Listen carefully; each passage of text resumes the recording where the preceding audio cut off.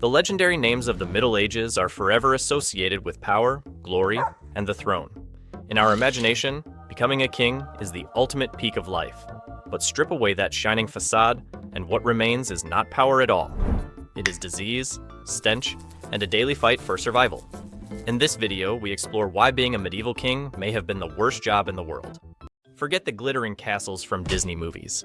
A real medieval castle was essentially a stone refrigerator running 24/7 with no off switch. The stone walls were nearly 2 meters thick. Stone absorbs cold and holds onto it for a very long time. Even with fires burning, the walls continued to radiate cold. At the center of the room stood a massive fireplace, poorly designed, with a chimney that was essentially a straight hole. It sent about 90% of the heat straight into the sky instead of the room. Step just a little farther away, and you officially become a royal popsicle. More coal, Your Majesty? Signal me when you can see it. To survive, you had to hang tapestries on the walls. They were handmade insulation patches to block drafts from seeping through the stone cracks. You would need to wear thick fur garments while eating, sleeping, and even when walking around indoors. The king's chamber was a blend of odors that no perfume could possibly mask. The floor was covered with woven dry straw, while spilled food and animal waste produced an unbearable stench. Add to that the thick black smoke from candles made of rancid animal fat smoldering all day, combined with the fact that kings rarely bathed for fear of opening their pores to disease, and the royal body odor became overwhelming. I swear I would learn to become a perfumer in this era. Next comes what I consider the most important part of the castle, the toilet. Latrines were often placed right next to, or even inside, the king's bedroom, nothing more than a hole dropping straight into the moat. When the wind blew upward, the stench of the entire castle rose directly into the king's nostrils. I think it's time for us to go eat now.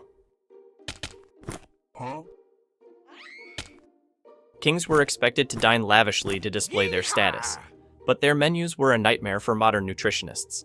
Vegetables were considered food for poor commoners. Kings ate meat, and only meat. Beef, pork, peacock, swan, whale. Anything that walked or swam ended up in the king's stomach, washed down with liters of wine.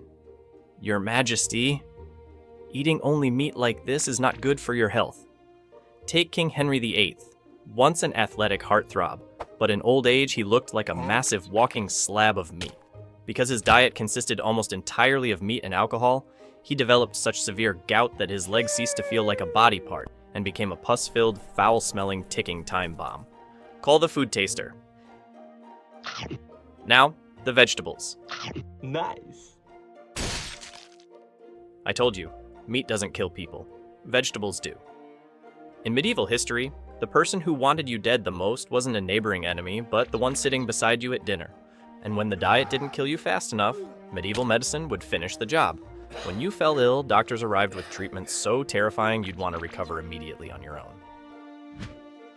Feeling tired? You must have too much blood. Let me drain a liter of it with leeches. Are you injured? The doctor will apply a mixture of pig manure or pigeon droppings to the wound. If you have stomach pain, they will make you drink crushed pearls or powdered gold. It won't ease your pain, but it does ensure your corpse will be extremely valuable after death. They did this because medieval medicine believed illness came from imbalances in the body, not bacteria or infection. Lacking any understanding of the true cause, people tried whatever was available, from leeches and animal waste to remedies that only made sense in their imagination. Even using the toilet was no longer a private matter.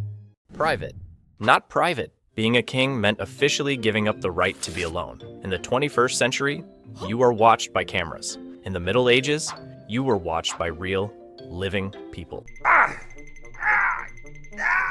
Holy shit, what does my shit look like now? Very slim, trim, and beautiful, Your Majesty. Stool examiner. This was considered one of the most prestigious positions in England. His job was to follow you into the toilet, hold a cloth, and observe whether your bowel movement was successful. Because there were no proper tests or skilled doctors, examining stool was the fastest way to detect poisoning or illness in the king. From the moment you woke up until you went to sleep, dozens of people surrounded you at all times. They watched you get dressed, watched you eat, and watched you argue with your wife. Even on the king's wedding night, courtiers stood outside the door to confirmed that everything went according to plan.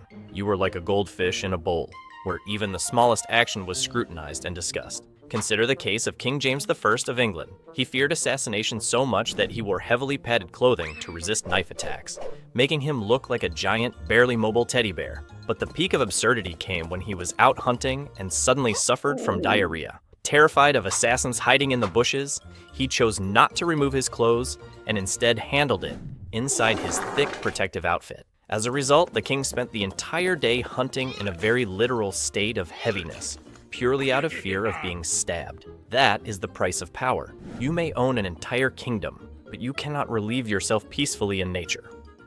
You think kings simply sat in the capital issuing orders? No, you were a high-end nomad.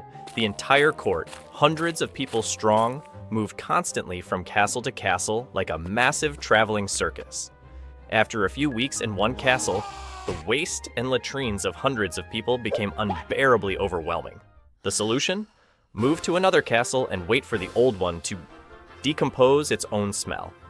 Your entourage could consume an entire region's food supply in no time. When the granaries ran dry, the whole group moved on like a swarm of locusts. When power stretched too far, staying in one place became a luxury, and Henry II of England was the perfect example. He was obsessed with constant movement to manage an empire stretching from England to southern France. Henry II moved so fast that rumors claimed he could fly or possessed magical powers. He could suddenly order camp to be packed up at 3 a.m. simply because he felt like it. Stable masters, cooks, and priests lived with dark circles under their eyes, hair permanently on edge, and aching backsides from endless days stuck on horseback. Because of constant travel, the king had to carry his entire office on horseback. This included tax records on parchment, royal seals, the treasury, and even bird cages or packs of hunting dogs. Imagine moving house, but doing it every 2 days. And your home includes 500 people and tons of silverware. What if a wagon carrying tax records got stuck in the mud? Congratulations! The entire kingdom gets a tax break that year because the paperwork has turned into pulp. This was history's most manual and risky form of data backup. This locust army did not always find decent places to sleep. Sometimes they crammed into narrow monasteries or abandoned castles crawling with fleas, cold stone floors, damp straw bedding, and the combined smell of humans, horses, and rot lingered all night. Finally, let's talk about what is supposed to be humanity's last emotional refuge: family. But for medieval kings, marriage was simply another form of punishment. Forget the idea of ever finding true love.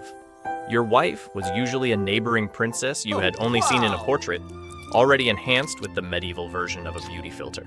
Yet you still had to marry, all because of a cold, lifeless political contract.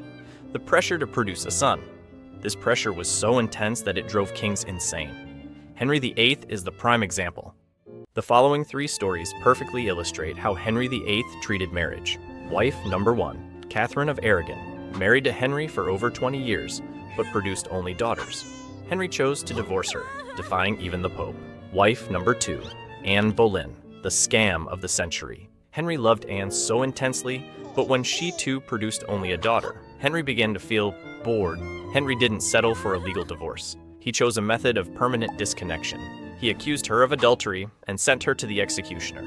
Wife number 3, Anne of Cleves, a portrait disaster. Henry agreed to marry her after seeing a stunning portrait. When Anne of Cleves arrived, Henry VIII was deeply disappointed because her real appearance did not match the portrait he had been sent. The gap between painting and reality was so vast that the king quickly realized he had placed far too much faith in artistic embellishment. Henry decided to divorce her almost immediately. If you found this video interesting, don't forget to like, subscribe, and share so others can see how terrifying medieval thrones really were.